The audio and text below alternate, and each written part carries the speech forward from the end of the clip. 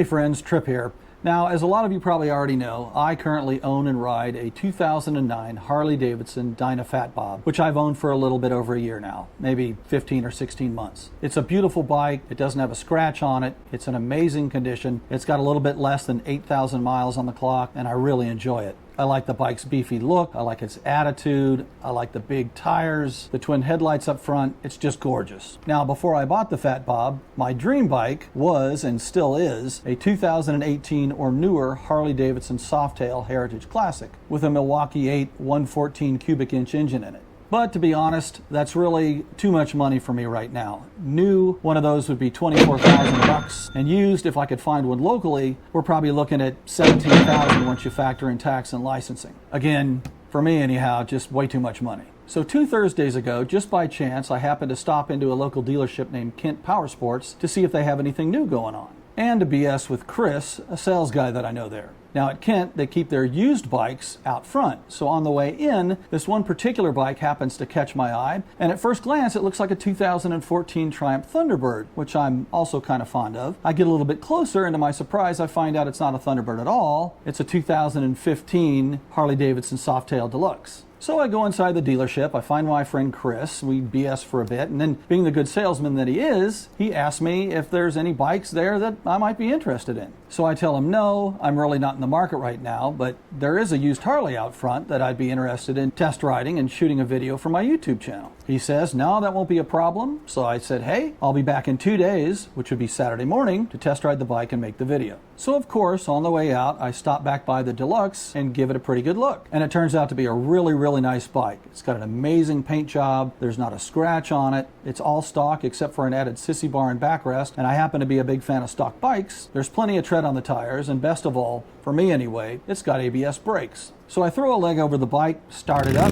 give it a few revs. It sounds great, good exhaust note, the engine's running really smooth. And then I happen to look at the odometer and notice there's less than 3,500 miles on the bike. And I remember thinking to myself, I'm really going to enjoy this test ride on Saturday morning. So I go home and hop online to do a little bit of research, and the more I learn, the more impressed I'm getting with the bike. And about that time is when I start to get worried. And I'm worried because as fast as motorcycles are selling right now during COVID, I figure there's no way this bike is still going to be on that lot in 2 days or Saturday morning when I go to test ride it. So I decided to hell with that. I'm not waiting until Saturday morning. I'm going to go in Friday morning and do the test ride to make sure the bike is still there. So the next morning, I take the bike and got to ride it about 25 miles. And by the time I'm pulling back into the dealership parking lot, I am totally in love with that bike. A lot more than I am with my Fat Bob, I might add. And I remember thinking, why am I waiting a couple of years to be able to afford a Heritage Classic when I'm so impressed with this Deluxe? A Deluxe I have no business buying, and a Deluxe that I still can't afford. So later on Friday evening when I'm editing video, I remember thinking 2 things. First, I'm in love with that Deluxe. And second, I'm hating the lucky bastard, whoever he is, who ends up with this bike.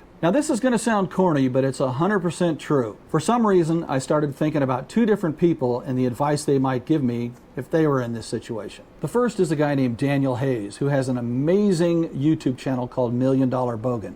Danny does absolutely crazy things on his channel riding Harley-Davidsons, and he's got this damn the torpedoes, full speed ahead attitude that I really appreciate. And if you haven't ever watched any of his videos or subscribed to his channel Million Dollar Bogan, you're crazier than he is. Anyhow, I knew what Danny would do.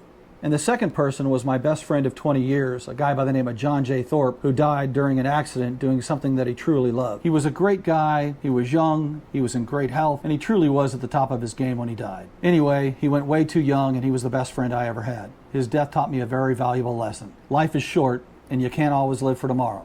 No matter how careful you are, no matter how much money you save, no matter which path you choose to travel in life, you could be gone by tomorrow.